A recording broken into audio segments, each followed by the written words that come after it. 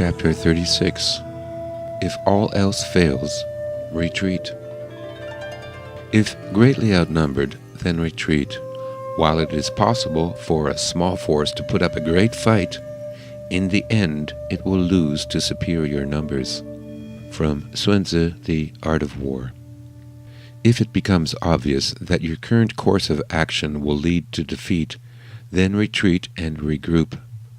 When your side is losing, there are only three options remaining: surrender, compromise, or escape. Surrender is complete defeat. Compromise is half defeat. But escape is not defeat. As long as you are not defeated, you still have a chance. From the Ming Dynasty, China. The Ming Emperor Huidi had disposed of all of his uncles except one who feigned madness. In 1403, this very uncle, the Prince of Yan, led a huge army to the capital of Nanjing to seize the throne.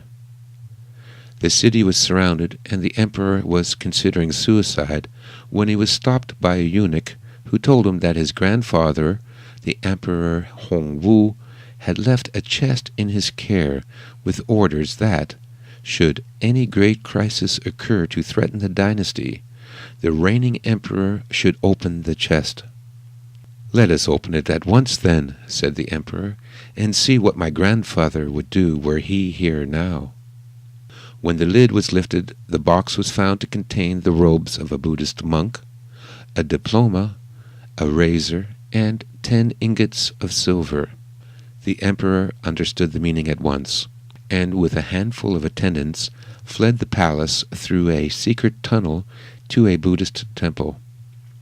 There he shaved his head and put on the robes. He made his way out of the city and all the way to Sichuan province, where he lived in obscurity in a remote monastery. Meanwhile, the palace had burned down during the fighting, and it was assumed that the emperor had died in the fire. 40 years later, during the reign of the Emperor Yingzong, the fourth since Huidi's time, an old Buddhist priest arrived at the court and claimed to be the old Emperor Huidi. It turned out the man was an impostor, but a rumor began that Huidi was still alive. To quell the rumors and settle the issue, an official investigation was made, which discovered that Huidi was indeed still alive and living as a Buddhist priest.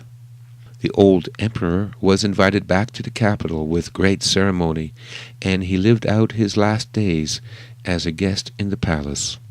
However, he was kept under a watchful eye. Summary. The ancient Taoist sages invented the principle of non-action, or following the course of the times. To not take advantage of an opportunity presented is a violation of this principle. Conversely, to fight a battle that cannot be won is an equal violation of heaven's law. In the art of war, an often overlooked but vital talent is knowing when to run.